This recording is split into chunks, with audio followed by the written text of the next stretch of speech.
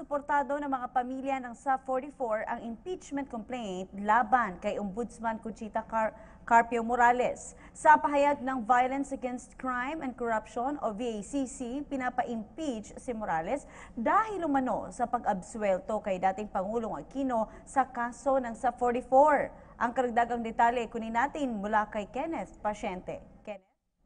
Princess, matapos maalis ang pangalan ni dating Pangulong Benigno Aquino III sa mga dapat sisihin sa malagim na Mama Sapano Massacre, nais ng mga kaanak ng nasawing SAF-44 kasama ang Volunteers Against Crime and Corruption o VACC na ma-impeach si Ombudsman Conchita Carpio Morales.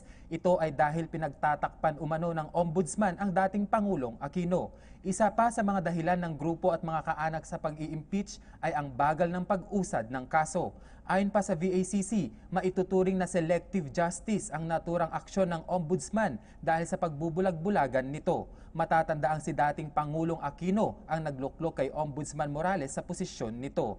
Samantala, 30 kongresista na ang sumusuporta sa pagpapa-impeach kay Ombudsman Morales.